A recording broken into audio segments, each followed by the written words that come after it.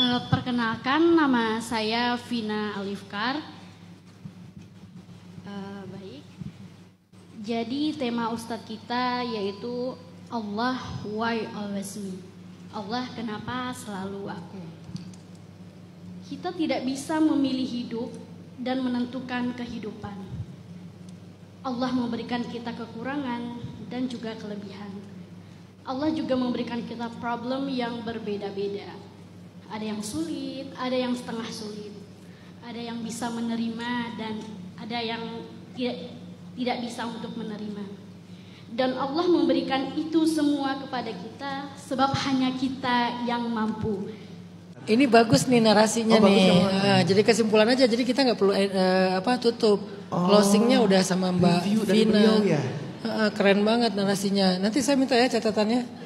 Oke. Lanjut Mbak Vina. Dan dalam menjalani kehidupan di dunia, kita selalu merasa putus asa, kadang merasa tidak ada harapan dan bahkan kita merasa tidak ada yang kita harapkan dan juga tidak ada yang mengharapkan kita. Dan rasanya untuk melanjutkan kehidupan itu banyak kata-kata ya sudahlah. Ya sudahlah. Ya sudahlah.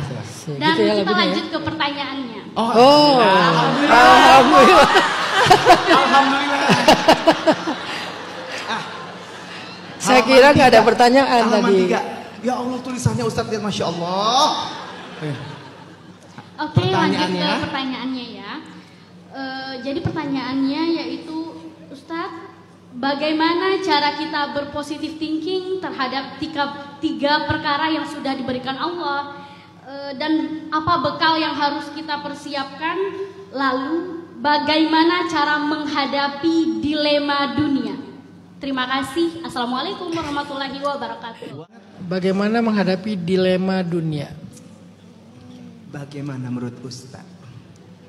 Bentar, saya pikirkan. Jangan lama-lama. Mbak Vina, pertama statement Mbak Vina tadi, Masya Allah luar biasa, bagus banget ya.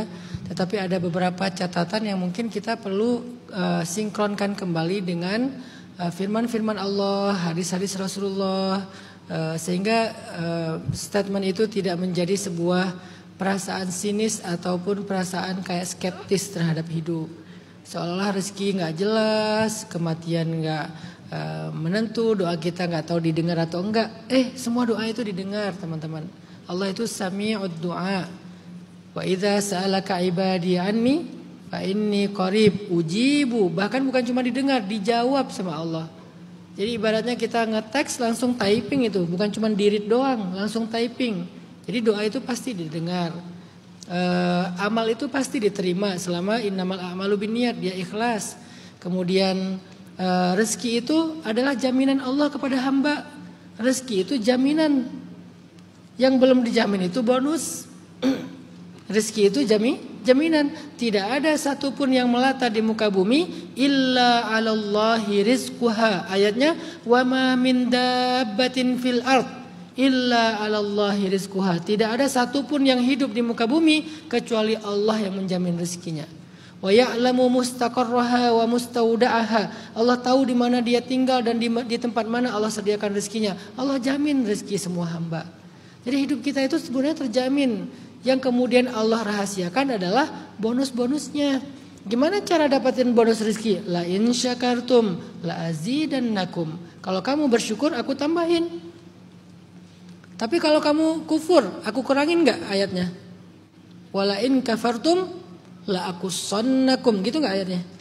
Kalau kamu kufur akan aku kurangin. Enggak tuh. Jadi enggak, kalau kita kufur pun rezeki kita enggak akan dikurangin. Terus apa ancamannya kalau kita kufur? Inna azabi lasyadid. Justru di dalam rezeki itu ada keburukan-keburukan. Enggak akan dikurangin jatah dia, tapi Allah akan berikan keburukan di dalam jatah dia karena dia kufur. Tapi jatahnya tidak akan dikurangin. Artinya setiap orang Allah jaminkan rezekinya. Tapi kan kita pengen lebih kan hidup tuh. Gampang kalau pengen lebih. La in syakartum la azidannakum, bersyukur aja. Dan kita tinggal belajar lagi tentang apa itu syukur. Apakah dengan mengucapkan alhamdulillah, apakah dengan berbagi, apakah dengan cara mengamalkan atau menjadikan rezeki itu fisabilillah atau untuk ke hal-hal yang baik. Itu cara kita bersyukur. Tasrif fi mardatillah, membelanjakannya di jalan yang Allah ridhoi, untuk menafkahi keluarga, untuk kebutuhan belajar, bla bla bla. Jadi tentang rezeki, bukan berarti rezeki itu belum jelas, belum menentu. Rezeki itu jelas dan dijamin bahkan. Wa ma min dabbatin fil ard illa 'alallahi rizquha. Jadi Mbak Vina, bagaimana kita menyikapi semua ini? Sikapilah dengan iman dan ilmu. Atau ilmu dan iman, boleh dibalik-balik juga. Ketika Mbak Vina makin belajar secara lebih dalam, insya Allah makin belief dengan janji-janji Allah dan hal-hal yang ajaib di sisi Allah, maka Mbak Vina akan dituntun untuk bersikap apa? Biasanya sikapnya jadi optimis, berharap, berserah, ikhlas, ridho. Itulah sikap terhadap dilema hidup. Tapi gimana kita bisa bersikap kayak gitu? Mulailah belajar iman, mulailah belajar ilmu. Jadi kita nggak akan pernah bisa bersikap benar kalau kita tidak membekali diri kita dengan iman dan ilmu. Semakin baik imannya, semakin baik juga perilakunya di hadapan Allah. Semakin luas ilmunya, semakin dia menjadi orang yang lebih bijaksana.